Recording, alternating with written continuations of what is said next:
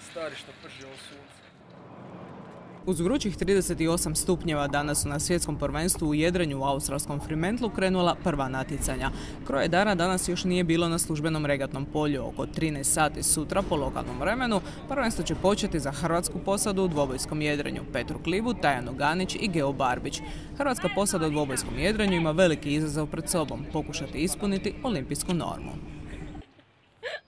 Pa ima uzbudljenja naravno, ali mislim da smo se dosta pripremali psihički i fizički, tako da sve ta ostala neke stvari sa strane i pressing neće nikako utjecati na nas, niti na naše rezultate, isto tako niti na mene, jer ipak sada jedrimo u timu, tako da ovo svjetsko ćemo dati maksimum i najviše uživati onome što radimo.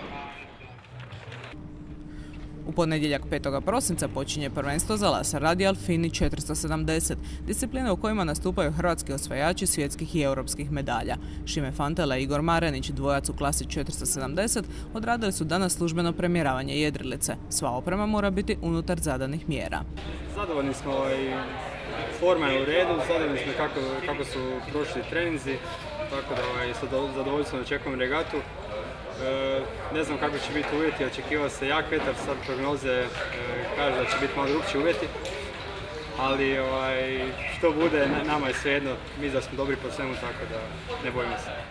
Osjećamo se super i opušteno, dobro smo trenirali, još jedan dan pred regatu, to smo planirali odmoriti jer smo odradili neki 10-15 treninga prije što smo došli. Zadovoljstvo je tu, guštamo i briga nas za išta. Ivana Kljakovića-Gašpića u Finu premjeravanje očekuje sutra. Danas je odradio zadnji trening po slabom i promjenjivom vjetru, što nije karakteristika inače vjetrovitog Fremantla. Sve je napravljeno, sve je odrađeno, još malo nekih sitnica oko broda. Malo podijeli s brodom ljubavi i tako, neke sitne detalje još pregledat sve jednom. I to je to, sve je spremno.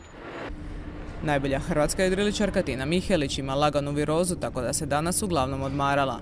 Oko 1100 jedriličara iz 79 zemalja svijeta s oko 850 jedrilica odjedrit će 660 plovova tijekom 16 dana. Fremantle će odlučiti koje će zemlje zauzeti 75% od ukupno 380 mjesta rezerviranih za jedrenje na Olimpijskim igrama 2012.